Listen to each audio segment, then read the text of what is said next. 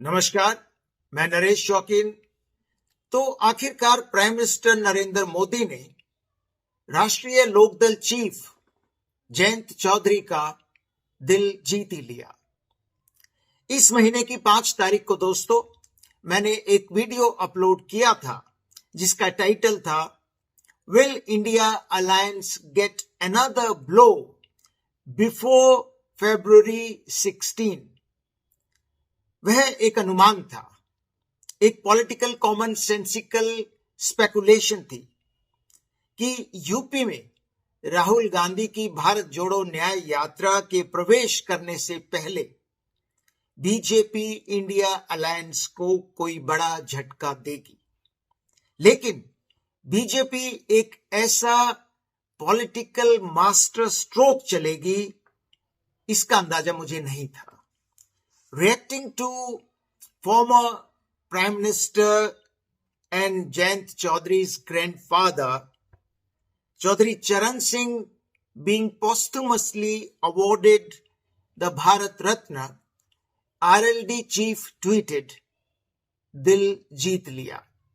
संकेत स्पष्ट है कि अभी तक भले ही आधिकारिक तौर पर घोषणा नहीं हुई, मगर समाजवादी पार्टी को बाय बाय कर जयंत चौधरी अब बीजेपी के साथ गठबंधन करने जा रहे हैं। मशहूर शायर वसीम बरेलवी का ये शेर इस सिचुएशन पर कितना सटीक बैठता है, जरा गौर फरमाएं।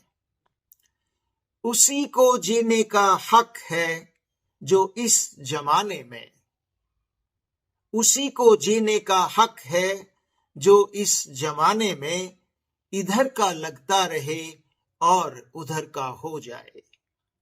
ये ट्रेंड आजकल बहुत ज्यादा देखा जा रहा है।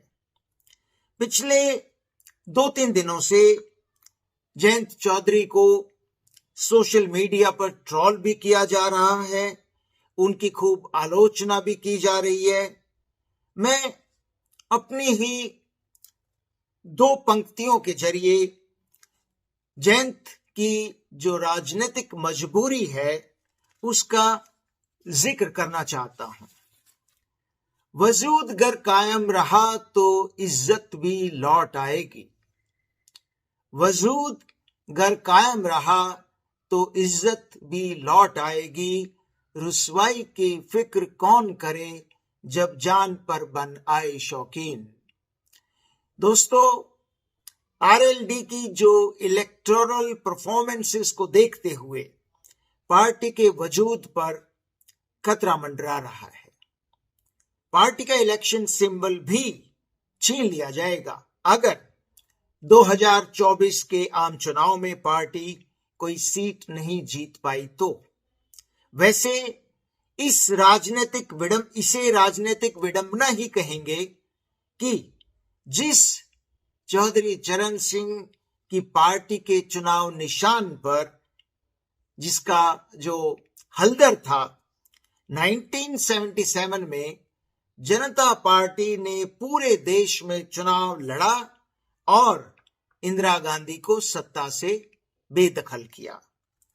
उस किसान मसीहा चरण सिंह की राजनीतिक विरासत आज इतनी कमजोर हो गई है कि उनके पोते को लोकसभा की 3-4 सीट्स के लिए भी समाजवादी पार्टी और बीजेपी लीडरशिप दोनों के साथ जद्दोजहद करनी पड़ रही है। Jayant Chaudhary is fighting for his political survival today, and BJP is leaving nothing to chance to cross that stated magical target of 400 Lok Sabha seats. आप देखिए कि 1984 में जब नॉन कांग्रेस पार्टीज का थ्रू आउट द कंट्री सूपड़ा साफ हो गया था, क्योंकि श्रीमती इंदिरा गांधी की असैसिनेशन के बाद सहानुभूति की एक जबरदस्त आंधी देश में चल रही थी, उस वक्त भी चौधरी चरण सिंह की लोकदल पार्टी ने लोकसभा की 3 सीट्स जीती थी और जो पार्टी आज 400 का आंकड़ा, लोकसभा की 400 सीट्स हासिल करने का टारगेट सेट कर चुकी है, उसके महज 2 लोकसभा सीट्स उस चुनाव में आई थी।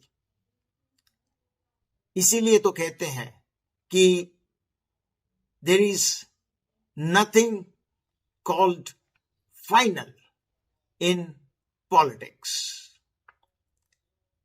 नमस्कार।